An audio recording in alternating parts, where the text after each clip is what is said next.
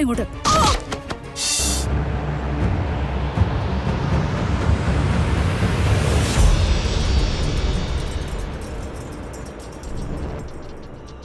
ഗാതമോളെ,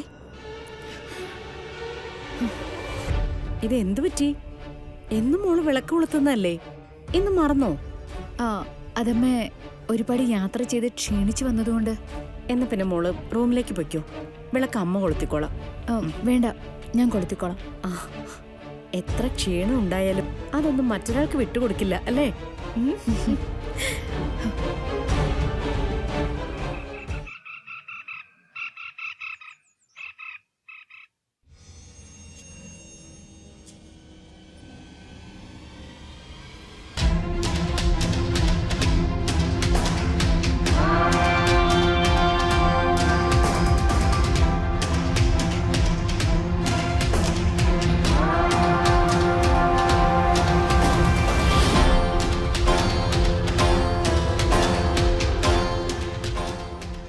ഇതെന്താ ഈ കാണിക്കുന്നേ?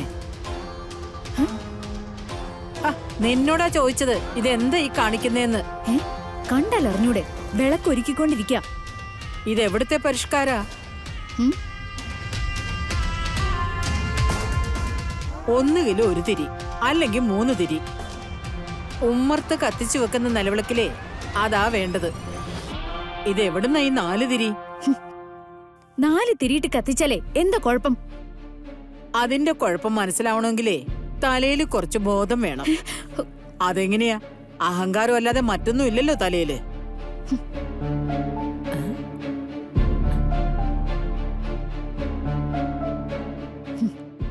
നാല് തിരിയിട്ട് വിളക്ക് കത്തിച്ചിട്ട് ആകാശം ഇടിഞ്ഞു വീഴാണെങ്കിൽ അങ്ങോട്ട് വീഴട്ടെ. ഞാൻ കത്തിച്ചു നോക്കട്ടെ. നിന്റെ പരിഷ്കാരങ്ങളൊന്നും ഇവിടെ വേണ്ട. ഇത് എന്തിനാ മുത്തശ്ശി ഇങ്ങനെ വാശി പിടിക്കുന്നേ? പണ്ടാരും അങ്ങനെ ഒരു ശീലം ഉണ്ടാക്കി വെച്ചെന്ന് കരുതി അതിങ്ങനെ തുടരേണ്ട കാര്യമുണ്ടോ? ഗാഥയ്ക്ക് ഒരു ചേഞ്ച് വേണം തോന്നി, ചേഞ്ച് ചെയ്തോട്ടെ. ഇന്ന് ഞാനിത് തുടങ്ങി വെച്ചാലേ നാളെ കുറേ സ്ഥലങ്ങളില് 4 തിരിയിട്ട വിളക്കായിരിക്കും കത്തുക. അത്രേ ഉള്ളൂ ഇതിന്റെ ഒക്കെ കാര്യം. മിണ്ടാതിരുന്നോണം അവിടെ. ആചാരങ്ങളെ കുറിച്ച് നിസ്സാരമായിട്ട് പറയുന്നത് എന്നെ കൊണ്ട് സഹിക്കാൻ പറ്റില്ല. മര്യാദയ്ക്ക് അത് മാറ്റുന്നുണ്ടോ നീ? ഞാൻ മാറ്റില്ല.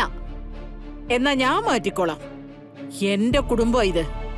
അതില്ലാതാകുന്നതിൽ എനിക്ക് ഇത്തിരി ദണ്ണമുണ്ട് കുട്ടി. ഒന്ന് മാറി നിന്നേ. കഷ്ടമുണ്ട് കേട്ടോ മുത്തശ്ശി. ഗാഥ ഇങ്ങനെ അപമാനിക്കരുത്. പറയുന്നതെല്ലാം ഗാഥ സഹിക്കുന്നതുകൊണ്ടല്ലേ മുത്തശ്ശി ഇത്രയും ധിക്കാരം കാണിക്കുന്നേ. നീ മിണ്ടരുത്. വിളക്ക് കത്തിക്കലും പൂജകളും കർമ്മങ്ങളും ഒക്കെ ഈ കുടുംബത്തിന്റെ ആചാരങ്ങളാ. അത് മാറ്റിമറിക്കാൻ ഞാൻ സമ്മതിക്കില്ല.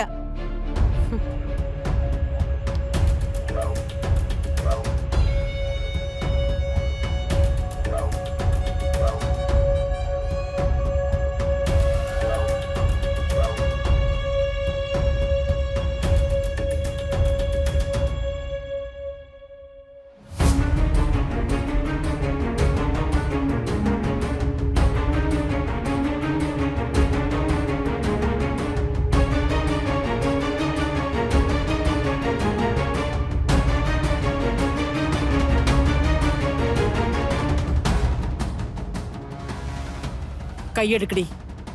ഞാനിട്ട് തിരിയെടുക്കാൻ പറ്റില്ല. ഞാനതിന് സമ്മതിക്കില്ല. മുത്തശ്ശി വെറുതെ ഗാഥയുടെ അടുത്ത് ബലം പിടിക്കണ്ട.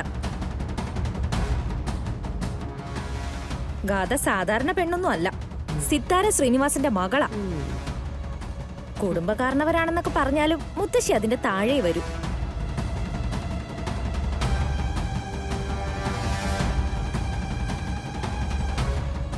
നിന്നോട് കൈയെടുക്കാനല്ലടി പറഞ്ഞേ.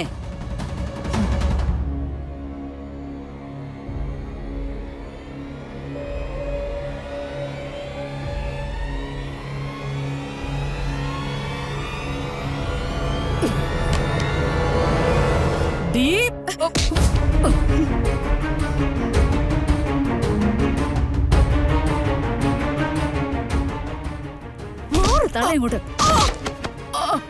അയ്യോ അമ്മേ, അയ്യോ മുത്തശ്ശി, അയ്യോ അയ്യോ അയ്യോ അയ്യോ അമ്മേ, അമ്മേ അമ്മേ അമ്മേ അമ്മ തല്ലിട്ട് കണ്ടില്ലേ? ഇവളുടെ കൈ തല്ലി പിടിക്കണ്ടേ?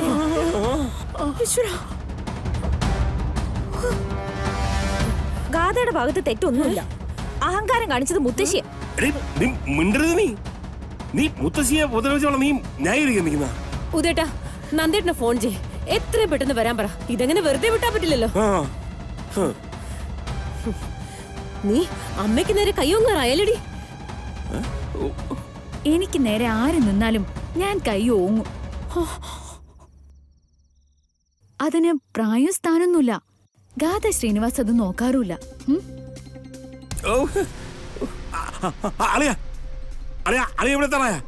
എങ്കിൽ പിന്നെ എത്രയും പെട്ടെന്ന് ഓടിക്കറി ഇങ്ങോട്ട് വാ. ഇവിടെ കൊലപാതകം നടക്കാൻ പോവാണ്. കൊലപാതകം. പിടിക്കേ സുന്ദരേ. സുന്ദരേ, നമുക്ക് അമ്മയെ ആശുപത്രി കൊണ്ടുപോകണം. ഡീ, കൊല്ലാൻ നോക്കിയതല്ലേടി? ദേ, എന്റെ അമ്മയുടെ നെറ്റിന്ന് ചോര പൊടിയെന്ന് കണ്ടോ? കളരിക്കൽ തമ്പുരാട്ടിന്ന് നാട്ടുകാരും മുഴുവൻ വിളിക്കുന്ന ആളാ. ആ അമ്മയാ നീ കൈകാര്യം ചെയ്തത്. നിർമ്മലേ, ഇവിടെ നിർത്താൻ പറ്റില്ല. ഇവിടെ നിർത്തിയേ ഇവിടെയുള്ള എല്ലാവരെയും കൊല്ലും.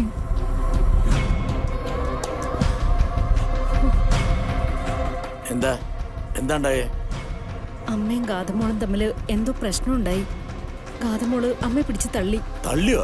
ആ ഏട്ടാ, ദേ അമ്മയുടെ നെറ്റി പൊട്ടി മുറിഞ്ഞ് ചോര വരുന്നത് കണ്ടില്ലേ? ദേ, ഞങ്ങള് വന്നപ്പോഴേ അമ്മ നിലത്ത് തറയിൽ കമിഴ്ന്നടിച്ച് കിടക്കുമായിരുന്നു. എന്താ കാര്യം?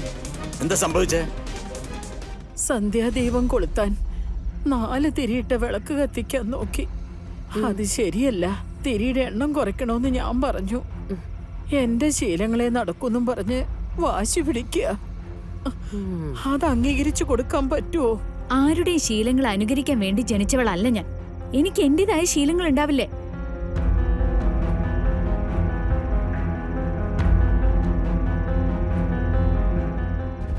മുത്തശ്ശിയാണെങ്കിലേ മുത്തശ്ശിയുടെ സ്ഥാനത്തിരിക്കണം.